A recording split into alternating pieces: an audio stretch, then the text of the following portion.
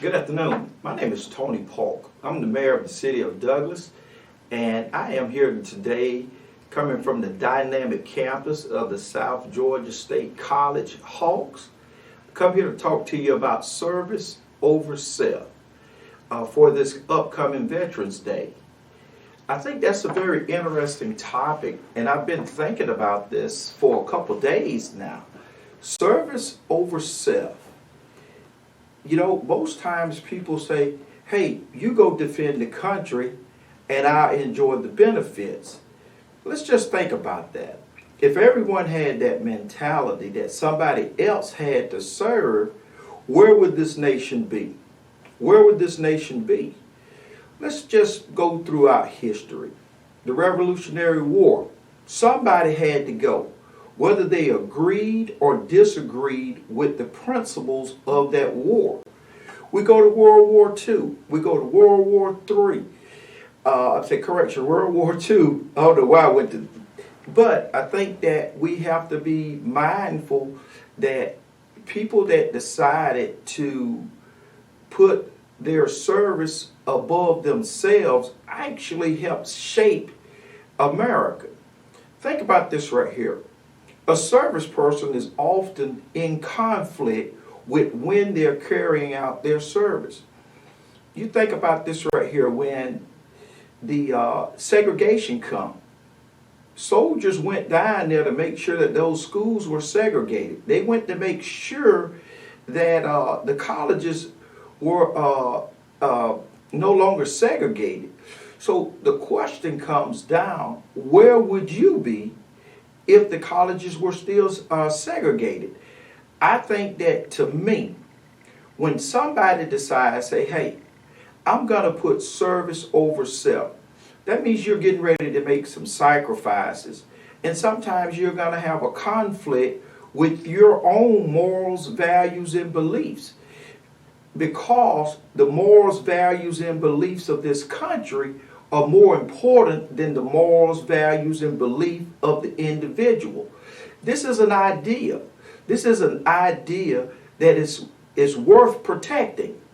And in order for it to be protected, somebody has to make a decision that service to our country is more important than myself. I always like to use this. Think about the young ladies that are viewing this video now. In other countries, you don't even have the right to read. You don't have the right to understand what's going on in the country. You have no say-so. In some countries, you would not even be allowed to go to high school. You wouldn't be allowed to go to college. You would not be allowed to go to work. You would not allow to be the vice president of the United States of America. So, but in order for these things to happen, somebody had to make a decision. It is more important that we go and we protect the morals, values, and beliefs of this nation so that everybody will have the opportunity to be free. Whether you agree with it or not, it takes a serviceman or servicewoman to make sure that everyone is on the same path and gets to enjoy the same liberties that our forefathers and foremothers have. So, me personally, when I graduated from college, I was headed to college. I used to run track. I decided I was not going to college. I was not ready for college. So I decided to join the military. Why did I join the military? First of all, it was fun and games until we started training. Either it was too hot or it was too cold. The food wasn't on time, or it was cold, or it was late. It snowed 6 feet deep, and they want to move around and shoot ammo. I miss Father's Days. I miss Mother's Days. I miss Christmas, Thanksgiving, birthdays, parties, New Year's. I miss graduations. I did all this because service was more important than myself.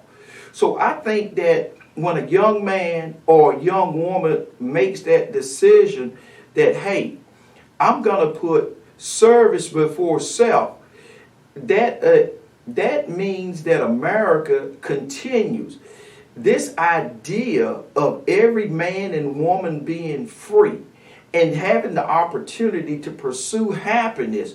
That idea is still available to the American people.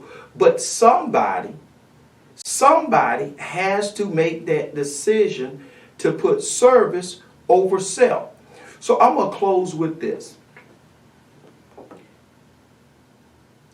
We have been fortunate as a country that we've had veterans to go on foreign soil so that we would not have to protect America on American soil.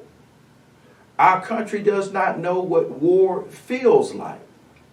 When 9/11 happened, from my understanding, the recruiting offices were overran. The individuals, the young men, answered that call of service.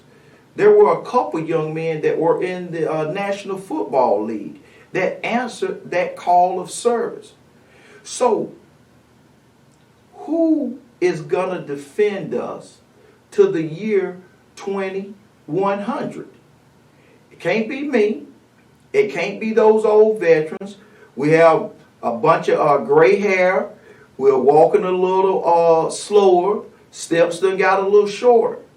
So somebody that is between the age of 18 and probably 40 has to make that decision that the morals, values, and beliefs of this country are more important than just the individual. Because that's the foundation that America was built on. And I think that that is worth protecting. So, service over self. Think about it. And remember, right now you get to enjoy the freedoms and liberties that you didn't pay for. Somebody went before you, just like somebody went before me, so I would get the opportunity to enjoy these liberties and freedoms. Thank you very much for your time. God bless you. On this Veterans Day, we would like to honor the students, faculty, and staff of South Georgia State College who have served and are serving the United States Armed Forces by the reading of their names. We recognize Tom Agostini, 2nd Lieutenant, United States Army Reserve. Bruce M. Bassett, E6, United States Air Force. Wes Brown, Aviation Electronic Technician, 1st Class, United States Navy. Ernestina A. Butler, Lance Corporal, United States Marine Corps. Cariana Campbell, E3, United States Air Force. Esmeralda Diaz, HN, E3, United States Navy. We also recognize Dr. Carl B. McDonald, Captain, Military Intelligence, Vietnam Veteran, United States Army. Kelly Luke Merritt, E5 Sergeant, 12B Combat Engineer, Army National Guard. Daniel Miller, E6 Technical Sergeant, United States Air Force. George A. Wilkerson, Staff Sergeant, United States Army. Takesha Williams, E4, United States Air Force.